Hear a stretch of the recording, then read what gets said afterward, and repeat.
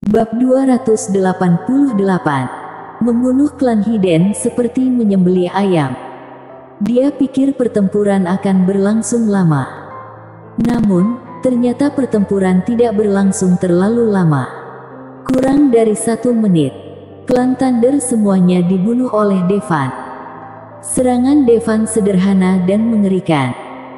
Tanpa teknik bela diri, itu terlihat seperti tinju biasa. Namun, pukulan yang tampaknya lemah itu membawa kekuatan petir. Dengan satu pukulan, Supreme tingkat sedang bisa dihancurkan sampai mati. Setiap orang mati dalam satu pukulan, tidak ada pukulan kedua. Semuanya sama saja. Seperti memukul seorang anak. Gaius hampir menangis. Dari ratusan Master Klan Thunder, ada 2 Master Supreme tingkat sedang. Mereka saja langsung dihancurkan sampai mati oleh Devan. Sialan, mungkinkah Devan Supreme tingkat menengah?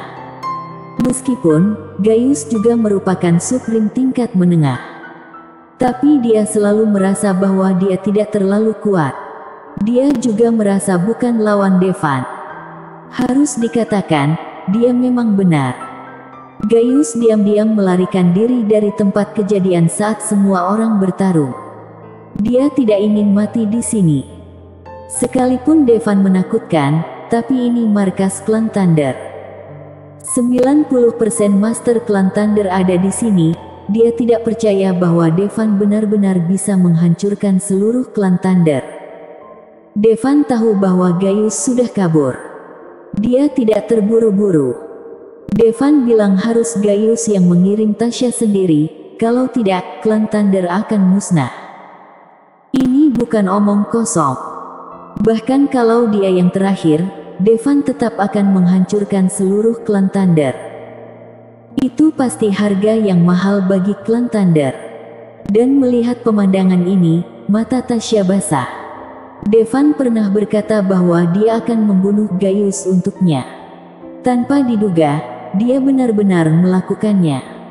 Klan Hiden yang agung ini dibunuh oleh Devan seperti membunuh anak ayam. Segera, sekelilingnya menjadi sunyi. Tidak ada lagi klan Thunder yang berdiri. Hanya bau darah yang memenuhi udara. Itu menandakan bahwa semua yang terjadi tadi bukanlah ilusi. Tasha menghempaskan dirinya ke pelukan Devan, wajahnya langsung terbenam dalam pelukannya. Arsaya dan Nessa biasa saja saat melihat pemandangan ini. Mereka sudah tahu, Devan menantang seluruh klan Thunder untuk menyelamatkan Tasha.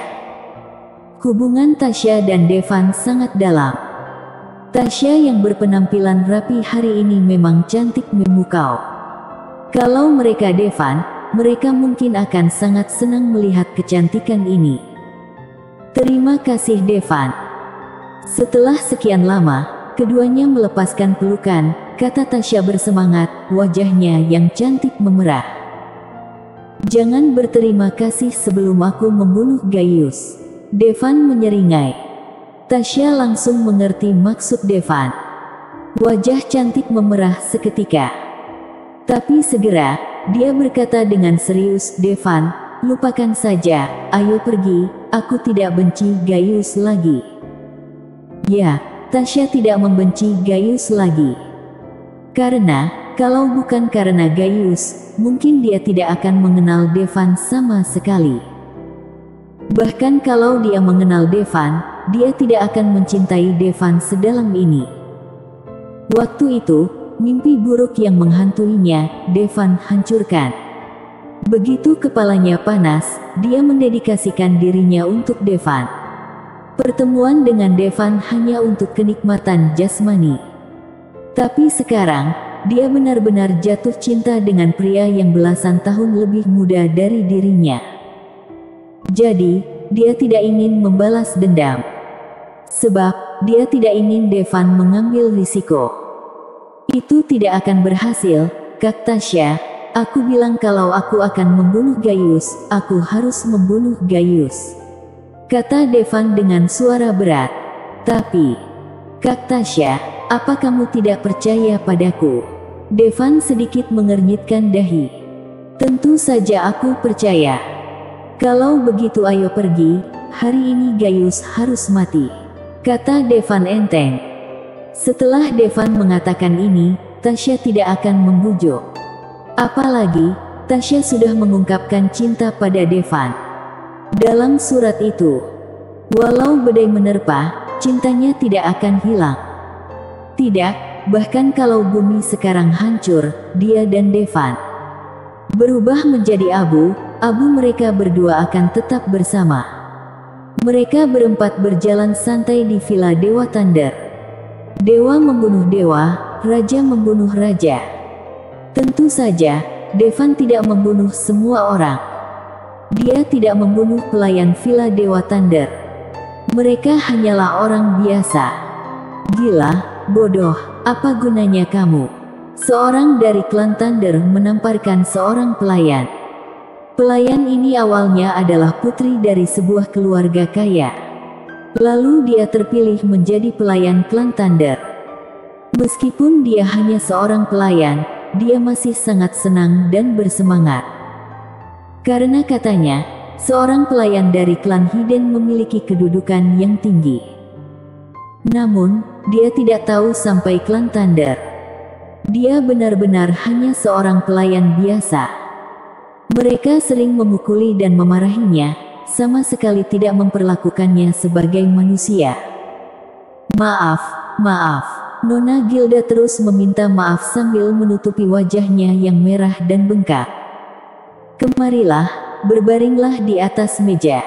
Orang dari klan Thunder itu melirik wajah wanita kaya itu. Dia sadar kalau wanita ini terlihat lumayan cantik.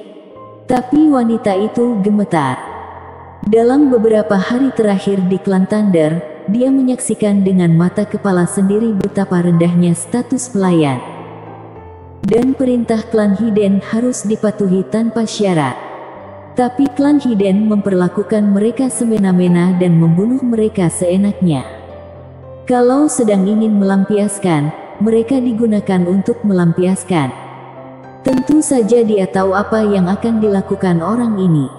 Tapi dia tidak berani melawan. Karena dia melihat dengan mata kepalanya sendiri bahwa temannya yang memberontak langsung dipukuli sampai hancur. Padahal, laki-laki dari klan Thunder ini sangat jelek. Seperti alien.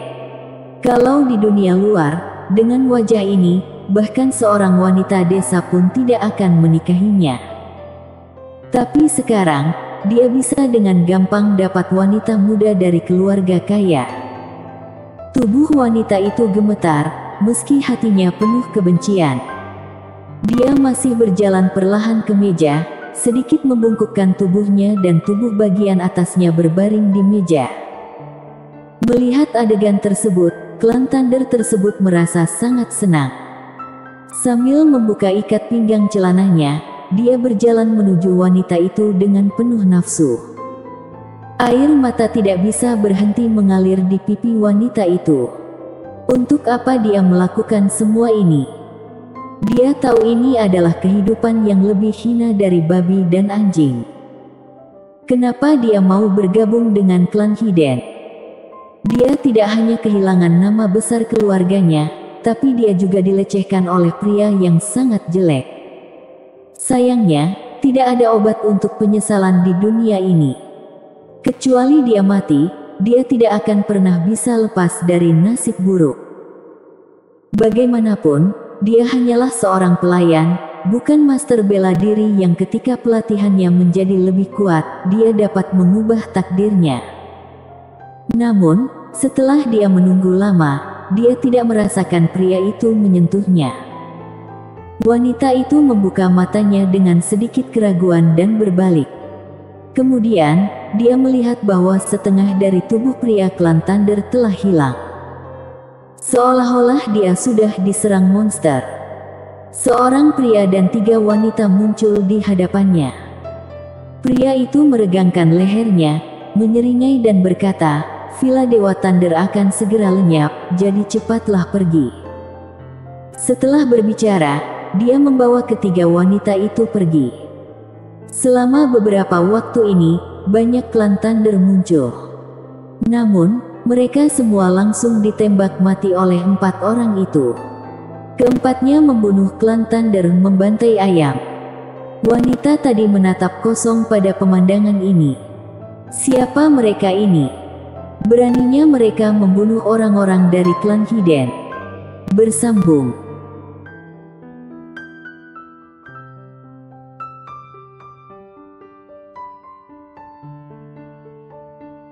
Bab 289.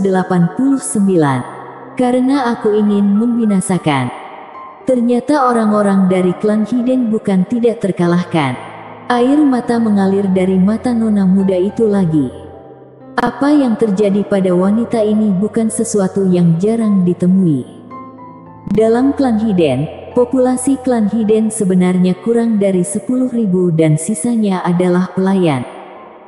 Sebagian besar adalah pembantu.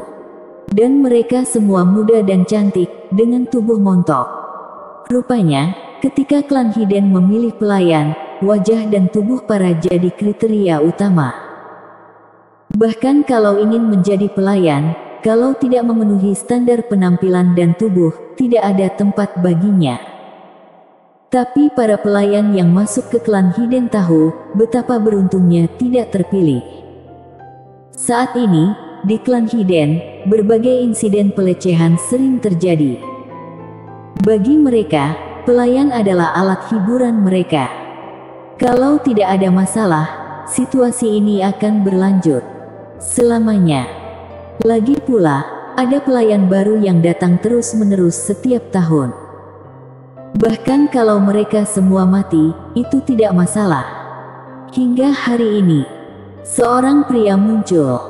Siapa yang berani bertindak sembarangan di klan Thunder? Seorang klan Thunder yang sedang memperkosa seorang pembantu melihat Devan dan yang lainnya tiba-tiba muncul dan berteriak keras. Tapi yang dia temui adalah kepalan tangan milik Devan. Dia dipukul. Klan Thunder itu terlempar puluhan meter jauhnya. Benar-benar mati. Adapun tentang Arsaya dan Nessa, seorang hebat di klan Thunder bukanlah tandingan mereka. Tapi banyak juga orang lemah di klan Thunder. Kedua wanita itu bukan orang yang berhati lembut. Bagaimanapun, Istana Arsaya adalah musuh semua orang. Rasanya seperti mereka adalah wabah dan hama, semua orang akan menghukum mereka dan bahkan melancarkan beberapa serangan terhadap mereka. Mereka adalah orang-orang sok suci yang jadi penegak moral. Laki-laki yang terus-terusan memaki para perempuan Istana Arsaya sebagai pelacur, setelah menangkap seorang perempuan Istana Arsaya. Apa yang dia lakukan juga sangat menjijikan. Mereka tidak langsung membunuh para wanita Istana Arsaya, tapi merampas ilmu bela diri mereka, lalu memperkosa mereka. Toh, para wanita Istana Arsaya semuanya cantik. Setelah kemampuan bela diri mereka hilang, keterampilan para laki-laki itu tidak akan tersedot. Inilah yang mereka sebut keadilan. Karena itu, mana ada orang seperti itu orang suci. Oleh karena itu, mereka semua adalah orang-orang yang kejam. Membunuh orang tanpa ampun. Di sisi lain, lokasi paling sentral dari Gunung Dewa Thunder, alun-alun seluas puluhan ribu meter persegi penuh dengan orang. Mereka semua datang untuk menghadiri pernikahan pimpinan klan Thunder, Jus. Bukan hanya orang-orang klan Thunder, tapi beberapa klan Hiden lainnya juga. Selamat untuk pimpinan klan Thunder, selamat untuk pimpinan klan Thunder. Banyak orang menunjukkan kecemburuan di wajah mereka. Lagi pula, yang akan dinikahi Jus adalah Liora, orang suci dari klan Joran. Liora tidak hanya luar biasa dalam penampilan dan figur, tapi juga dalam bakat. Dikenal sebagai putri suci pertama dari klan Joran. Hanya saja wanita ini sombong dan hanya menyukai pria dari dunia luar. Selain itu, klan Joran sendiri sangat kuat. Karenanya, tidak ada yang bisa mencicipi kecantikannya selama beberapa dekade. Namun dengan terobosan leluhur klan Thunder, semuanya naik. Ini memberi Jus kesempatan untuk menikahi Liora. Meskipun Jus adalah pimpinan klan Thunder, dia belum pernah menikah.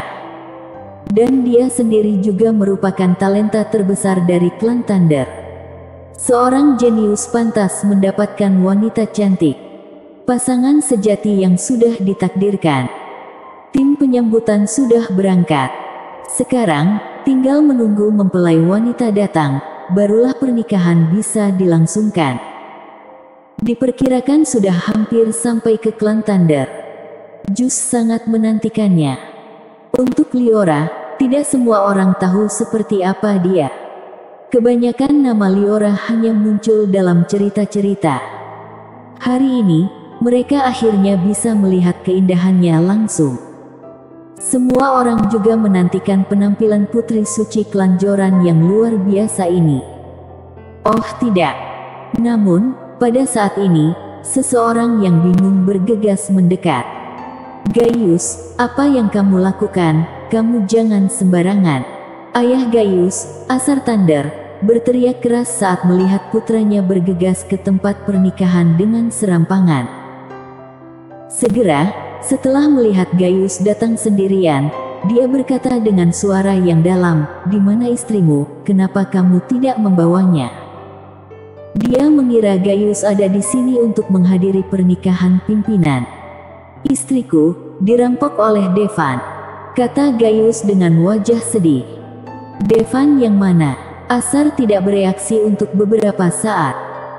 Tetua Asar, tampaknya dia adalah seorang jenius dari dunia luar yang membunuh perwakilan klan Thunder, jawab seseorang. "Apa? Dia datang ke klan Thunder?" Wajah Asar menjadi gelap.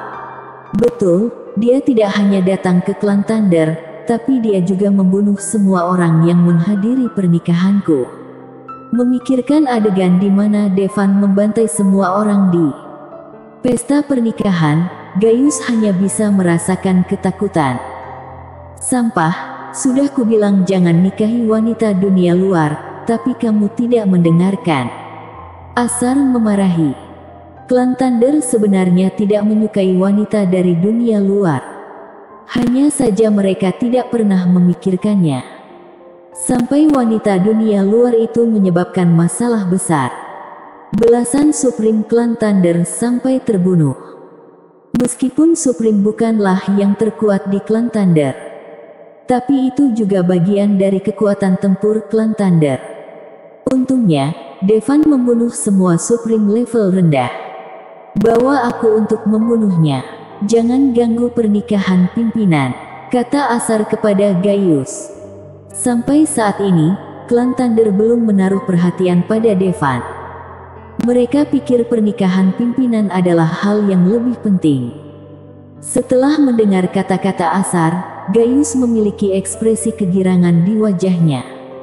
Kekuatan Asar adalah Supreme tingkat dewa. Bahkan di klan Thunder berada di peringkat 20 besar. Dengan kekuatan ini, Devan akan mati seperti anjing. Namun, keduanya belum beraksi. Devan sudah datang. Saat ini, puluhan ribu orang berkumpul di alun-alun. Mereka semua terkejut saat Devan tiba-tiba membunuhnya. Tanpa diduga, ada yang berani membuat masalah di klan Hiden. Saat itu, Devan mengatakan bahwa meskipun posisi klan Thunder sengaja dirahasiakan, namun ada puluhan ribu orang yang hadir saat itu dan tidak mungkin dia tidak tahu. Tapi juga, banyak orang tahu bahwa Devan pernah mengatakan bahwa dia akan membunuh klan Thunder. Saat itu, semua orang mengira Devan gila karena dia adalah seperti anak sapi dan tidak takut pada harimau. Tak disangka, di hari pernikahan pimpinan klan Thunder, Devan benar-benar datang. Hanya 4 orang yang benar-benar ingin menantang seluruh klan Thunder, apa tidak gila? Kalau seseorang benar-benar ingin membunuh anggota klan Thunder, dia seharusnya tidak memilih hari ini. Karena, hari ini, pada dasarnya semua master klan Thunder ada di klan Thunder.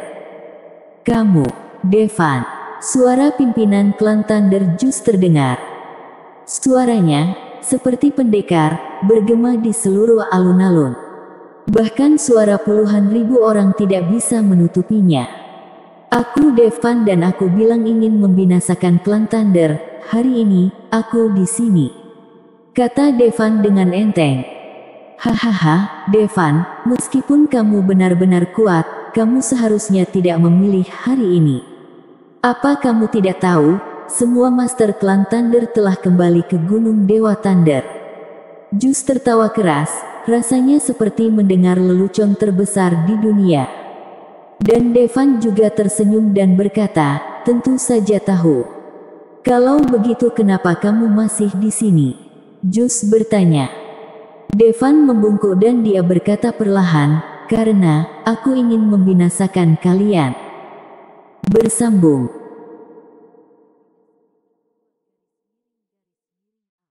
Bab 290. 9 segel petir, lapisan ke-6. Karena ingin membinasakan. Devan benar-benar gila. Belum lagi Devan hanya beranggotakan 4 orang. Bahkan kalau Devan adalah salah satu dari 20 orang terkuat di klan Hiden yang melampaui kekuatan klan Thunder, mustahil untuk menghancurkan Villa Dewa Petir sendirian. Nak, sejauh matamu memandang, klan Thunder ada di mana-mana. Di antara mereka, selain anak-anak, mereka setidaknya setingkat Grand Emperor, apalagi klan Thunder memiliki 18 tetua dan 32 menteri. Kamu anggap ini apa? Jus tersenyum cemerlang. Yang harus diketahui, menteri klan Thunder pada dasarnya berada di antara Supreme tingkat sedang dan Supreme tingkat menengah. Dan tetua klan Thunder telah mencapai Supreme tingkat dewa. Selain para tetua, kekuatan Jus sendiri juga berada di urutan kedua setelah leluhur klan Thunder. Meski leluhur klan Thunder masih berlatih, tapi bahkan kalau leluhur klan Thunder tidak ikut membantu, dengan barisan klan Thunder saat ini, apa yang bisa Devan lakukan? Apalagi bukan cuma Master Klan Thunder yang hadir hari ini. Ada juga beberapa Master Klan Hiden lain yang datang ke pernikahan Jus. Bahkan kalau mereka tidak ikut menyerang, mereka dapat bertindak sebagai pencegah. Entah berapa banyak tetua dan menteri yang kamu punya. Hari ini, aku akan menghancurkan mereka semua. Devan melirik semua orang dengan mata menghina dan dia juga sadar kalau ada beberapa klan Hiden lain yang berpartisipasi dalam acara klan Thunder. Lalu bicara kembali, hari ini hanyalah urusanku dengan klan Thunder, orang klan Hiden lainnya dapat pergi. Devan membuat orang-orang klan Hiden yang datang ke pesta pernikahan itu agak muram. Lagi pula, mereka datang ke pernikahan Jus, entah karena ingin menjilat klan Thunder, atau karena ingin berteman dengan klan Thunder. Tidak mungkin untuk duduk diam saja. Terlebih lagi, mereka tidak perlu bergerak sama sekali. Jadi tidak ada yang mau pergi. Kalau begitu izinkan aku mengatakannya lagi, kalau kamu tidak pergi dalam 1 menit, aku akan memperlakukan kamu sebagai kaki tangan klan Thunder dan menghancurkan kalian juga. Kata Devan dengan dingin. Nah, siapa kamu, berani-beraninya buat masalah di klan Hiden? Pada saat ini, Master Klan Hiden yang kuat dari klan Broto membentak. Devan ini terlalu sombong, dia sama sekali tidak menghormati klan Hiden. Tidak apa-apa membentak mereka, tapi berani mengancam mereka. Ini adalah Supreme tingkat menengah. Bahkan di klan Broto, dia seorang tetua, jadi tidak ada ruang bagi Devan untuk bersikap lancang. Jangan khawatir, pimpinan klan Thunder, kami pasti akan maju dengan klan Thunder hari ini. Master Klan Lamise juga menimpali. Nah, aku akan menunjukkan padamu hari ini, kenapa klan Hiden tidak boleh kamu hina. Klan Hiden yang datang ke pesta pernikahan pada dasarnya berdiri bersama klan Thunder. Lagi pula, dalam pertempuran hari ini, tidak peduli bagaimana melihatnya, klan Thunder menang. Mereka bisa mendapatkan muka dari klan Thunder tanpa melakukan apa-apa. Kenapa tidak mau? Hanya ada satu suara yang berbeda. Semua anggota klan Zunei, pergi bersamaku sekarang. Orang dari klan Zunei yang berbicara adalah perwakilan yang berpartisipasi dalam seleksi waktu itu. Segera, sekelompok anggota klan Zunei memilih untuk pergi. Di antara mereka, ada seseorang yang ketika pergi, terus melihat ke belakang. Dia adalah Putri Bella yang telah bergabung dengan klan Zunei. Tentu saja, sekarang dia bukan lagi sang putri, dia juga tidak disebut Bella Ponyo, tapi Bella Zunei. Ketika Bella melihat orang yang akan melawan semua klan Thunder dengan kekuatannya sendiri, ekspresi Bella langsung terlihat rumit. Pertama kali dia bertemu pria ini adalah saat dia ditangkap oleh master dari Douma. Dia muncul seperti dewa dan menyelamatkannya. Kedua kalinya dia ingin bertemu dengannya, dia masuk ke istana Pangeran Ponyo sendirian dan menolak cabang zaitun yang ditawarkan oleh istana Pangeran Ponyo. Bahkan dia, putri tercantik ketiga di negara Al-Sutra, menolak. Dia bahkan memukuli ayahnya, Ogen. Kemudian pada pertemuan seleksi klan Hiden, orang ini langsung membunuh perwakilan klan Thunder. Sekarang, ia masuk ke Gunung Dewa Thunder, markas klan Thunder, untuk membinasakan seluruh klan Thunder. Bella pernah merasa kalau dia seperti jatuh cinta pada keberanian Devan. Tapi sampai saat itu dia tidak tahu betapa menakutkannya Devan. Untungnya, klan Zunei tidak ikut serta dalam masalah ini. Kalau tidak, dia tidak tahu harus berbuat apa. Berdasarkan apa yang dia ketahui tentang Devan, pria itu mungkin tidak akan menunjukkan belas kasihan padanya. Devan, semoga beruntung. Bella diam-diam melambaikan tangan kecilnya. Segera, Bella mengikuti klan Zunei dan meninggalkan Gunung Dewa Thunder. Jadi, sisanya siap mati bersama dengan klan Thunder. Devan melirik klan Hiden lain yang tinggal di klan Thunder dan berkata dengan dingin, "Sombong, aku tunjukkan kepadamu seberapa mampu kamu, bocah kecil." Master bela diri dari klan Grotto yang berbicara sebelum menyerang langsung ke arah Devan. Dia bahkan tidak mengaktifkan teknik bela dirinya, dia hanya mengerahkan energi sejatinya dan menamparkan Devan. Menghadapi serangan dari Supreme tingkat menengah, Devan tidak bereaksi sama sekali. Saat telapak tangan Supreme dari klan Grotto hendak memukulnya, dia menendangnya dengan kasar. Tanpa diduga, tendangan datang lebih dulu dan langsung mengenai dada Supreme dari klan Grotto. Boom, boom. Dua suara terdengar hampir bersamaan. Suara pertama datang dari tendangan Devan di dada Supreme dari klan Grotto. Suara kedua dibuat oleh Supreme dari klan Grotto yang terbang puluhan meter jauhnya dan menabrak tangga. Tubuhnya langsung menghancurkan anak tangga menjadi jubang besar. Kerikil beterbangan. Kamu. Supreme dari klan Grotto berjuang untuk keluar dari lubang. Mencoba beberapa kali, tapi gagal. Pada akhirnya, dia memiringkan kepalanya dan langsung mati. Gara-gara tendangan Devan barusan, organ dalamnya telah ditendang hingga menjadi bubur. Bukan cuma Supreme, bahkan Grand Emperor pun akan mati. Semua orang menyaksikan adegan ini dengan takjub. Supreme tingkat menengah langsung terbunuh begitu saja. Saat ini, orang yang paling ketakutan adalah Gaius. Untungnya, dia terus berlari kencang. Kalau tidak, mungkin dia sekarang sudah jadi mayat. Benar saja, kekuatan Devan jauh melebihi Supreme tingkat menengah. Mungkinkah kamu dari kerajaan Platonian?